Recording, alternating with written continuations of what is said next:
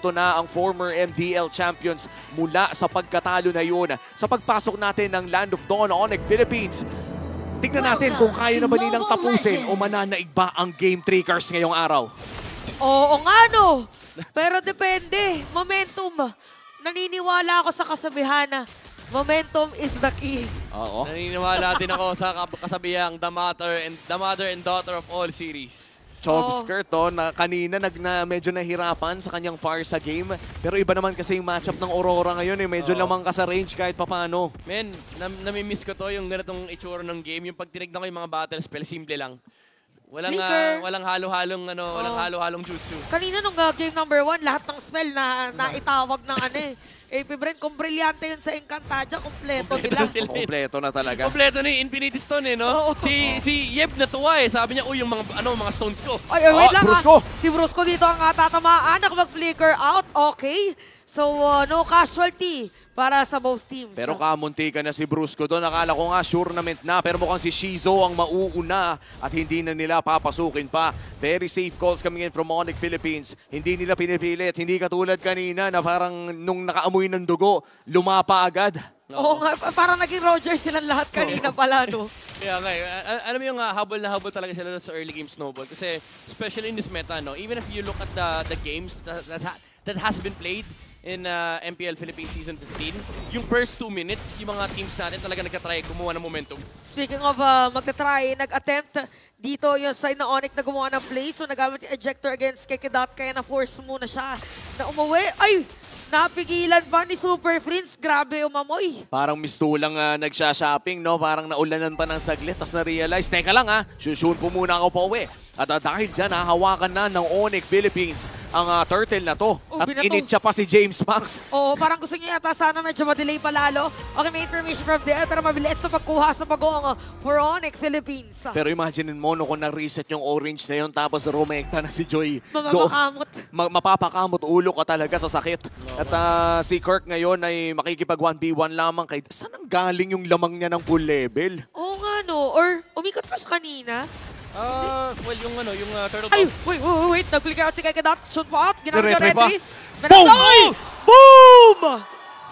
Grabe! First blood para dito kay Kirk na naka-beast mode on. Tapos si Shizo na ata ang isusunod nila. Oo, para nakakita ako ng bazooka. Okay, Super Friends. Dito kamuntikan na. Flicker out. Si Dera papasok na. Si James Fox na dito na rin. Matatamaan si K-Kong. That's the kill para dito sa AP Bren. Pero makukuha lang din naman si James Fox. Nagkabalita na Brusco. Nakakuha na rin. So, 2 for 1 trade in favor of AP Bren. Yeah, Good trade pa. Napasobra ng konti yung Onyx Philippines doon, yung invade ni King Kong. Nakaka-cancel yung kanyang mga dash dahil sinusutok siya ng Pobis. Pero si Kelra, grabe Grabe Wala na bala. Isa pa. Kelra! Yun! Kelra ang bida sa probinsyano. Namuntikan pa, na-zoom in pa sa muka. Zoom in, zoom out yun, men. Ay, Onyx Philippines, nalugi na sila sa trade na yun kanina, pero mukhang nakahanap pa ng bago Super Friends in the flicker play! Ay, grabe malakom. Kakaiba talaga yung combo na. At dahil dyan, 1.6k gold lead para dito sa Onyx Philippines. Parang dire-diretso lang. Tatrabaho na naman dito sa may top lane. Parang hindi na talaga nila hinahayaan yung AP Bren na pumunta sa mga pwesto. Ayaw nilang hayaan na matiwasay yung buhay ni Shizu. Matapos patayin yung mid lane, alam nilang lamang sa numero, kahit hindi mapatay, basta hindi matiwasay. Yeah, ito yung constant pressure na nanggagaling mula sa mga info na nakukuha ng Onyx Philippines. Yung sinasabi ni Chantel na yung pressure nila kanina, ang bilis nila mag-transition kasi walang unnecessary moves. Kapag napareact nila sa isang lugar, alam nila yung possible play sa ibang lugar. And then dun kagad sila nagpupunta, ine-execute kagad nila yung next play. Kaya nabe-behind ng konti dito yung AP Bren kasi halos lahat ng play na nakita natin, terms ng Onyx Philippines. Brusco medyo nag-jump shot sa air. At flicker play! Dalawang tinamaan doon. Napakatapagpasok para dito kay Der, pero may bawal din naman, may sipa for Kekedot. Si Brusco na pilitan dito na umalis din. So nakuha is si Der. So kanina he was there. But it's not there anymore. Oo, nawala ng parang bulha. He is gone. Ganda sana ng flicker play nung Povius. Kaso, in-intercept din lang ng ng Lucas. Sinalubong no? Tsaka ang malupit doon, si Brusco, same thing nung ginawa niya kanina. Kanina nilayo niya mula sa orange buff. Sabi ni Brusco ngayon, lumayo ka sa pagong. At napakaganda ng mga nagiging desisyon ng Onyx Philippines. Paano kaya babawi ang AP Bren? Kirk nahuli. Sa may gitna, may setup na gagawin pero na kontra. may Frigid Glacier at si Brusco dito ay more disiplina muna ang uunahin. Parang nakakatakot pag nakita ka ng Chohet na naka-ejector. Nakaganon Ang na cute niya, nagdalawang isip siya parang, ultihan ko ba to? Oh, ayan, Oh, inultihan yun na na niya. si Riva. At si Kekedat dito ay makukuha ang killing spree for Kelra. Take note, nakabili na siya ng Skypiercer. Yeah.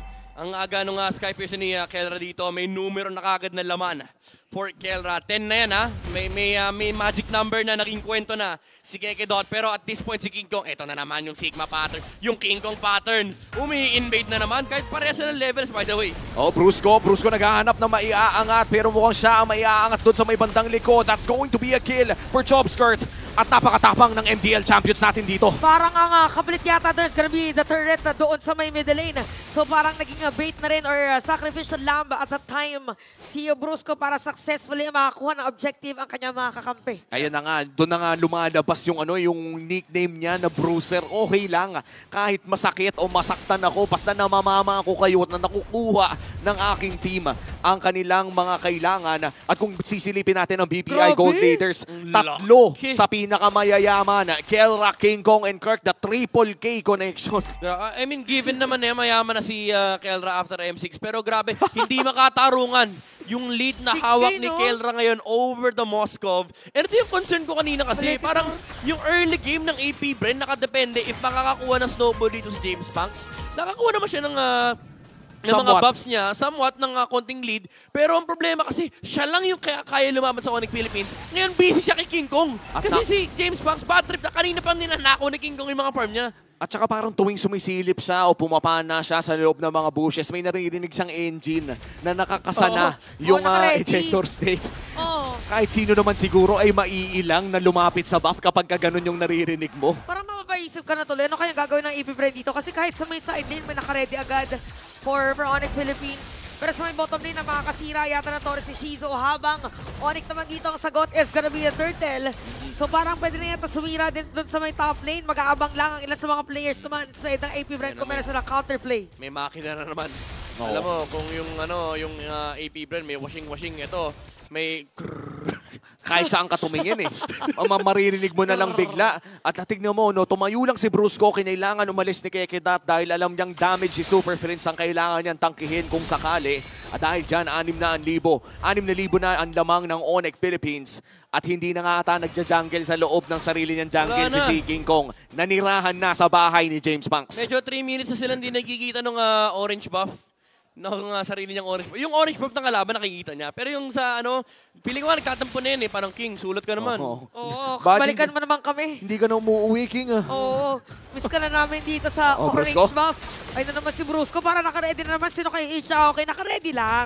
If Oo. ever na may dumaan, si Genji. Parang Boy Scout lang, laging ganda. Tama. At inaabangan lang niya kung kailan may papasok o kailan may mag-uulti. Parang kung ako yung Barca, nakita ko may naka-rocket pack doon sa likod na naka-conceal, Ayan. hindi ako mag-uulti eh. Nakita na sila ulit ng kanyang orange buff. Yan. Pero ang problema, yung buong jungle ni James Banks ay binahayan na ng Super Family. Oo, sabi Ayun niya, lang. o kaya muna magbantay, uwi lang ako saglit. O, Sabi eto ni- na, di ba? Sabi ni King Kong, I'm back! Uy, naramdaman. Uy! Uy, grabe naman. Grabe naman mag-amoy. Sabi nga, jungle ko to eh. Caller Naku, mo naman naku, to naku. sumama, pero akin to. Kekedot.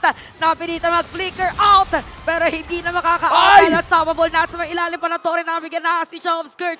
2 players down on the side of Baby Bren. Ginawa pang tapakan yung kakampi Kaya para nga makaabot kay Chobskirt. Inapakan yung katawan, men, nadamay pa si Chobs. Sabi niya, kaya kita kung di ka nag-flicker doon, buhay ako eh.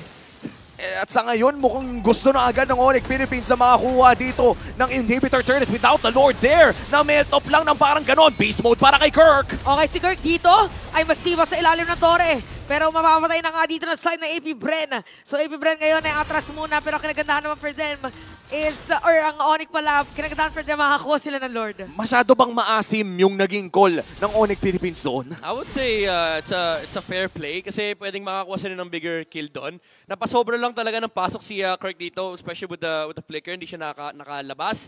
And even though ganun kalaki yung yung threat nila, they still have to respect din yung mga longer range skills dito coming out from AP Bren. And of course, yung kanilang damage output. Kasi meron din naman, lalo kapag nandyan si James Banks sa vicinity, yung Soul Sever, kailangan pa rin nilang ingatan. And of course, yung displacement ng kick. Oo, yun din kasi talagang inaabangan ng Onyx Philippines eh. Kailangan pa rin talagang respetuhin yung potential sipa kay KK. Kaya naman Super Prince magpo-provide ng vision.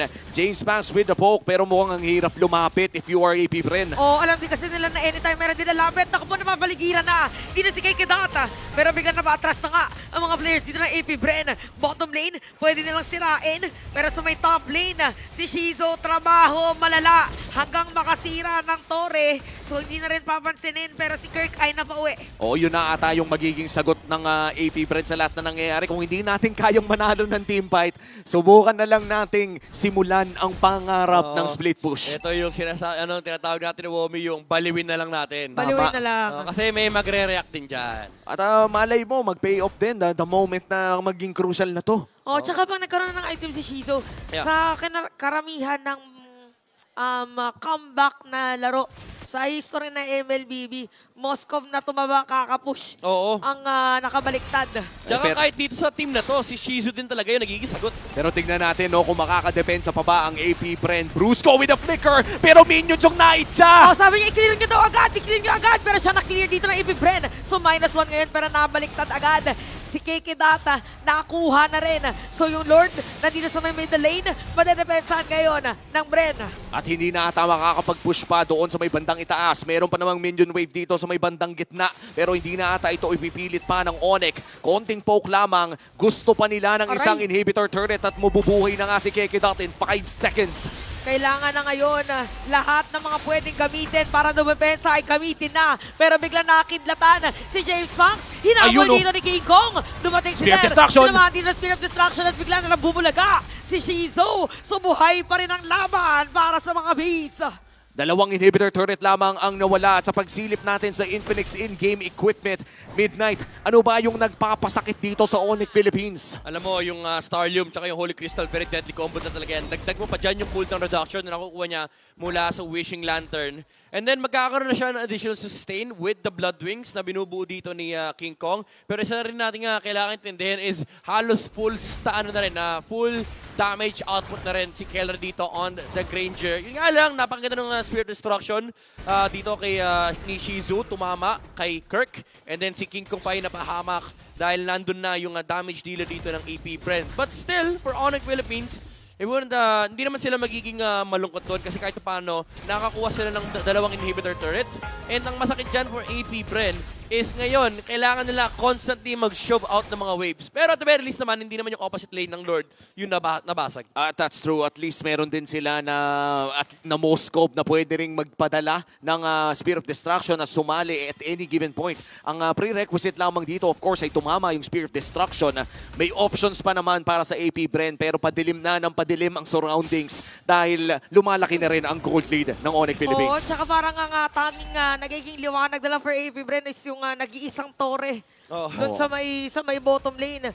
So parang pwede din ditong possibly ay mag-clear mo ng minion wave yung Onyx para meron silang winning lane. But we'll see. Kalahati na lang. KK Dot, sino magiging target? Makakapag-dash out na. Huli ng Frigid Glacier. Habang sinayawan, dito si Der. Si Kendra napatay. Lumalaban dito yung Moskov. Nilapitan ng mga players na Onyx. Wow! Wind of Nature. At mukhang si Shizu pa ata ang liligtas sa AP Bren. Kirk, binabanatan na double kill para dito kay Jobskirt. At parang ganun lang, nabuhay muli ang apoy ng mga MPL champs. Pero si King Kong, mukhang papasok electrifying. Big Jobskirt goes down! At meron pa na ejector. James Banks! Nakuha na rin. Pero si Shizu, look at Shizu. Talagang nilalaban niya dito ang pangarap ng AP Bren. Para dediretso etas my lord kasi meron na siyang kakampi. It's gonna be KK Dot. Paano pipigilan ni Brusco yung tangkang pagkuha ng Lord? Hindi na raw dahil AP Bren ang makakakuha ng Lord. Ang tindi. Si Shizu, tahimik lang. Hinintay nila yung perfect opportunity nung nag-dash si Kelra, nung napa-flicker na. Kasi nandun yung threat ni KK Dot na freeze naman ni Super Prince dito si KK Dot. Pero ang hindi nila napigilan is yung entry ng Moskov. Finding Kelra, especially with the feathered airstrikes, helping in terms of damage. mula dito kay Choveskirt, natanggal kagad nila si Kelra and hindi na nila kinaya yung sagot dahil kinulang sila ng damage in comparison to the Moskov going in. Ang lala pala talaga ng Moskov na lock build na. Nasilip na nga rin sa Infinix in-game equipment na kompleto na eh. Kumbaga yung sapatos na lang yung papalitan. If you are the Moskov, and this with Lord push na nga, pinasok na rin dito si Der. Okay, medyo napalalim nga lang. So there is down. Pero dumating na rin din na si Kekedot. Sino siniba niya? It's Super Friends. Habang si Shizo naghahanap ng perfect opportunity. It's gonna be a double kill for the gold standard. At yung Lord, pwedeng suportahan or pwedeng defensahan pala ng Super Family. Yeah, ganda nung ginawang surprise doon ng Onyx Philippines. AP Bren did not expect that. So ngayon, mapipigilan nila yung Lord push na pwede sana mangyari. Especially with Shizu coming online now on this Moskov. So Onyx Philippines, they managed them to buy themselves more time up until the next Lord spawn. Nabuhay pa yung kanilang mga tore. Pero again mabalik tayo sa scenario na binabangkit natin kanina. Nagiging malaking problema na rito si Moskov. May isa pa siyang item na pwede ibenta. Pwede niyang itapon yung sapatos niya kasi at this point, ito na yung critical mass ni Shizu. Napakahirap na rin kasi talaga kung hulihin ang Moskov na to kung sakaling ma-pin down ka, matamaan ka ng mga konting ban at makakapag-reset din agad, and the flicker is already up as well para dito kay Shizo. At dahil nga sa failed Lord push ng AP Bren, on the offensive na naman ng Onyx Philippines at magpupush sila sa may bandang ibaba. Okay, tingnan natin kung paano gagawin. Kompleto mga players, meron mga immortalities also. So, grabe respeto nila dito kay Shizo kasi umatras na sila eh. Wala na silang minion wave. Para delikado ba kung magstay sila doon sa malapit sa base ng AP Bren. At kung sisilipin ng BPI Gold Leaders, nandiyan pa rin ang K&K connection. Kelra and King Kong with one of the highest golds dito sa ating laro. Ito na siguro yung punto Midnight no, na hindi na sapat yung slots ng inventory mo para sa mga items na gusto mong bilhin. Dito na nagsisimula yung mga buy and sell mechanic, yung mga pinagpapalit-palit yung items, especially for King Kong and Kelra. Ngayon makikita natin, wala nang actually sapatos dito si Kelra. Kanina hinubad niya yan nung umakit siya ng stage eh. Pero meron na siyang Rose Gold dito, Wind of Nature, pero kailangan nating intindihin yung pa rin yung damage output ni Shizu rito, lalo lang lumalala kasi may isa pa siyang pwedeng swap out. Yung tough boots na binili ni Shizu. Actually, nagpalit na nga ng sapatos si Shizu. Pero as the game goes later, may potential one item pa dito si Shizu. Pero by the way, nag-retry si King Kong. Oo nga Yun nga rin yung napaisip ako eh. Pero mukhang confident naman nata ang Onyx Philippines na kahit nag-retribution dito si King Kong ay tatagal naman yung Lord Dance. Kaya by the time na matapos yung sayawan ay meron na rin siyang retry muli. Pero nandiyan na si Kekedot, umaabang sa may bandang Gedli. Brusco makikita siya, si Der manggagaling ng Elbush. Wala pa naman kalahating buhay ang Lord na ito. Pero King Kong nakapag-rhythm of joy na, si Der yung mauuna. At si Der na nga dito mawala ng buhay. So naman, Spear of Destruction, saan ma-activate yung Moskov? Biglang dumating doon sa may ilalim ng Lord. Yung Lord kanina napunta kay Jace Fox. Si Brusco dito, napilitan na gumamit ng ejector. Pero napakatang with the crown. Choveskirt is still alive. At inahabol ng mga players ni AP Bren. So dahil dyan, paabatan na patay. Si Shizo na lang ang natitira. At apat na miyembro ng Onyx Philippines sa kalaban niya. 30 segundos pa bago lumabas yung mga kampe. Bumili na ng emo. Paano mo pipigilan yan, boy? At nakikita na nga natin na nababawasan na ang buhay ng base. Una sweep ngayong araw. Tapos ang loose streak.